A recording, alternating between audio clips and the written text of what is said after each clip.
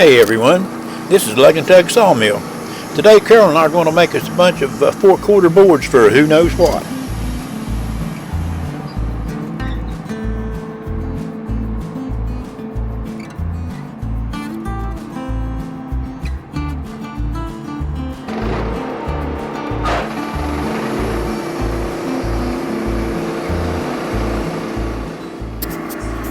That first slab was a little bit thick. I think maybe we ought to take another one off and maybe we'll make a board out of this one.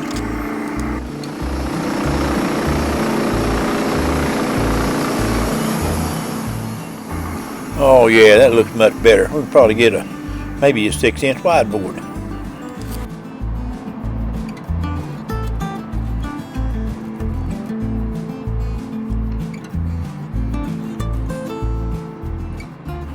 I'm going to try to get this thing rolled over so we can get another piece of that round wood off the top.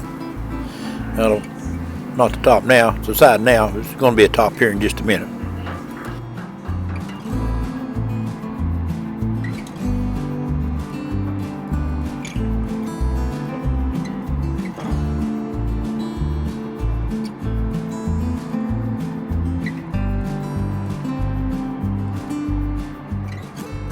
Now at the top, kind of got that side up against the side supports. If I do this right, it'll come out with a square can. It doesn't always happen. Sometimes I tighten the clamp too tight. Sometimes I just guess wrong on how close I need to be to the side supports, but most of the time it comes out pretty square. Trying to get this thing leveled up now so the pith's in about the middle of the sawmill, and it kind of looks right. I think that'll be okay. Might tweak this a little bit more, help it get square.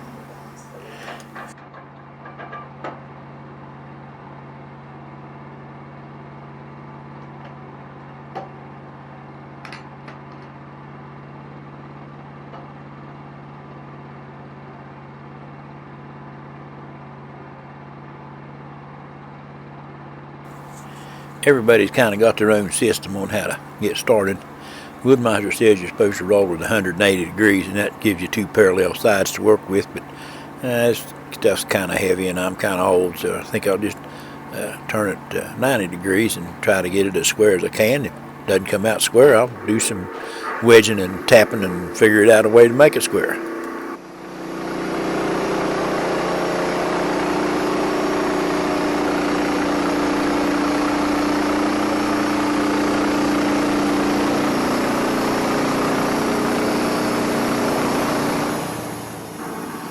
Oh yeah, that's a much better slab that time. I'd say that board would be maybe 10 inches wide. That's a good board.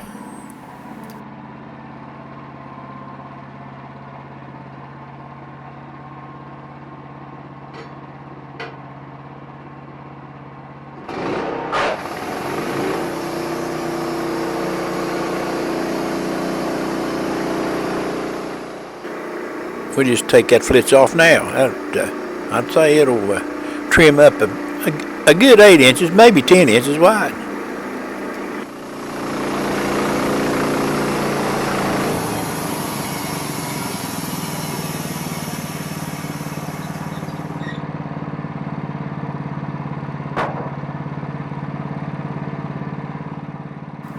Move that flitch on sawhorses there behind us. I'll kind of get them back on there later and we'll turn them into boards.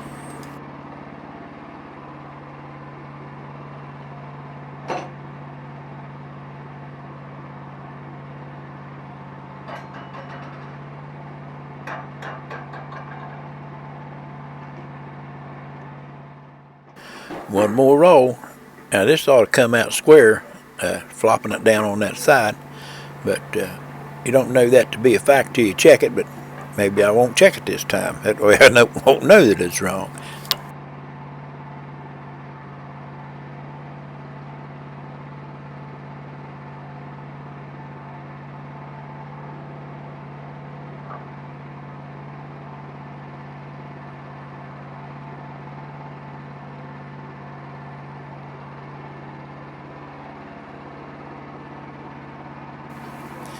Most of this number will be used in little handyman projects or maybe for siding. So it's not absolutely critical that the corners be perfectly square on this stuff. It's rough sawed lumber, and if you're going to build a cabinet with it, you're going to have to plane it and joint it and make it square on your own. It's not something you just take off the sawmill and build a gun cabinet with.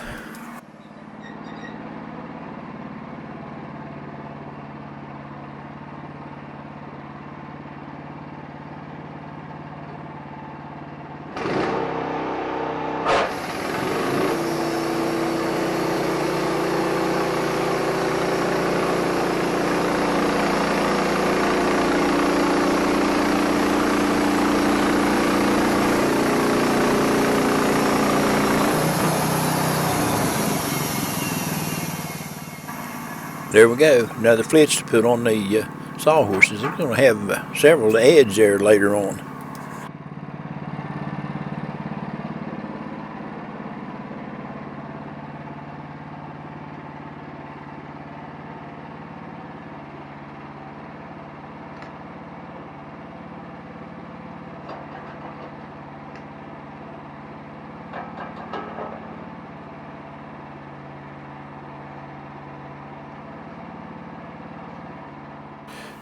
When these things get a square edge on the bunks and against the side supports, they're kind of hard to roll over. So I usually just shove them back away from the side support some so I can tip them and hit those little rollers on top.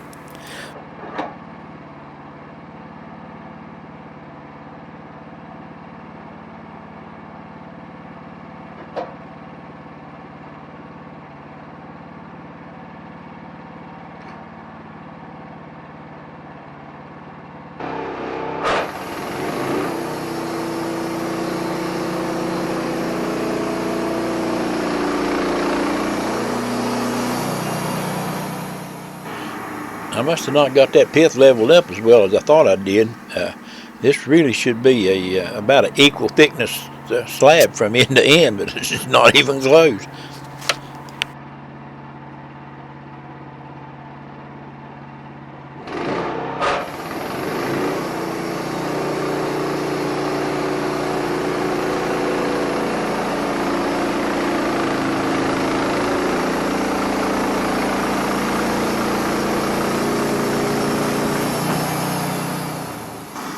Well, that's much better.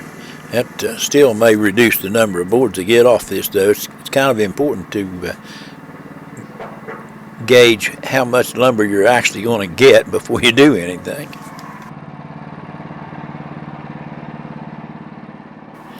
We're about halfway through this thing. If y'all had any fun so far, why don't you go ahead and hit the like button and subscribe too while you're at it.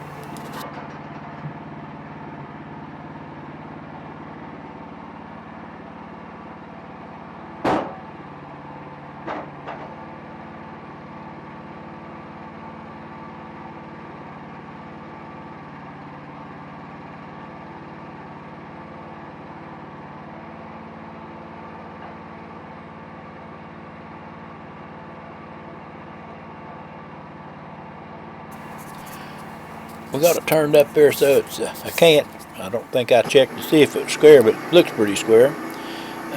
We can commence to cutting boards. Just go down 4/4 at a time and take a nip.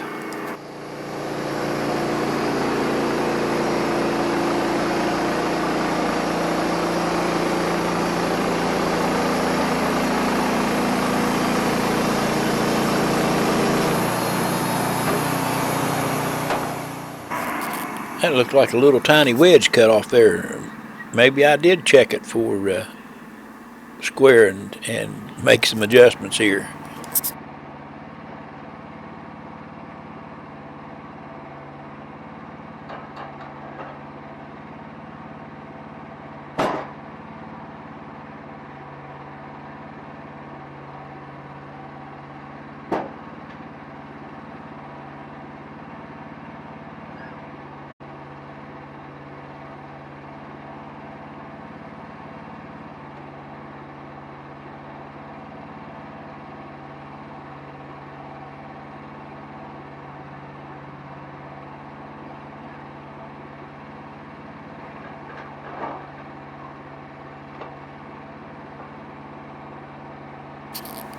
Wood-miser's got little aluminum tips that go on your side of your clamp to clamp a cant when you get all four sides square. That lets you cut within an inch of the deck, so they're easy to remove, but they fall off, and then I got to chase them around on the bottom. But you really only use them a little bit, so I guess it's too big a deal to chase them.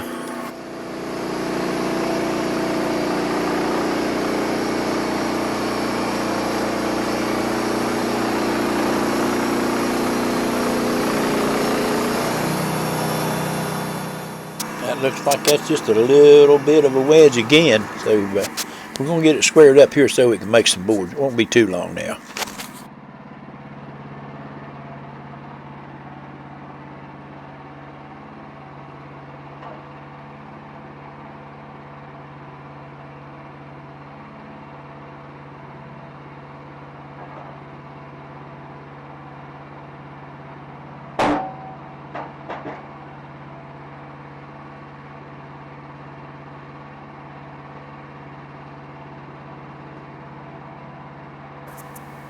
Looks like this top board's going to have a little bit of wane left on it there.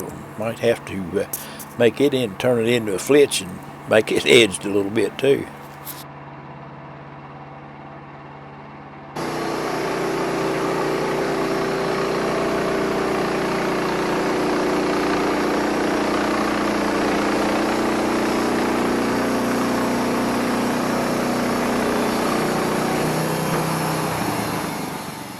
Yep, there we go. It's got just a little bit of wane on it. Looks like I'm going to put it on the loading side of the sawmill though, so maybe we're just going to leave that on there and let the guy that uses it worry about it. I got the prowler parked there on the deck. I'm just going to load these boards on it and take them somewhere and stack them. That'll save me handling them maybe one time.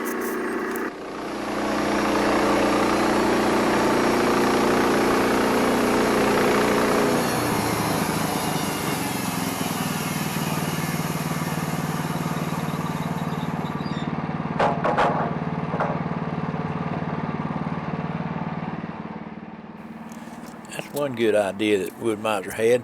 On the LT15 models, you set your height with a crank, and it's got notches on it, and one full rotation on the start is a 1 inch drop.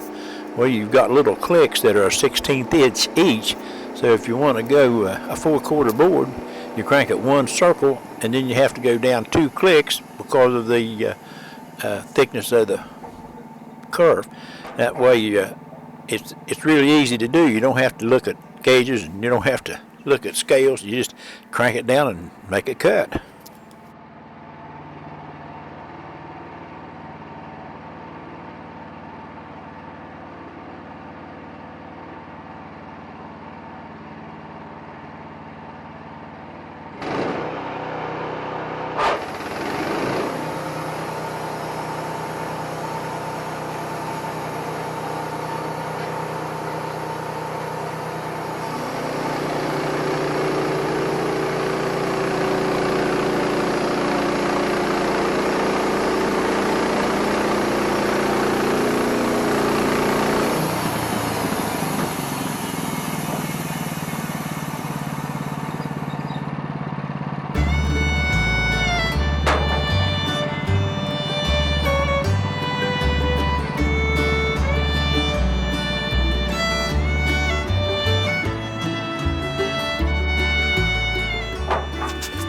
There's that old hymn again.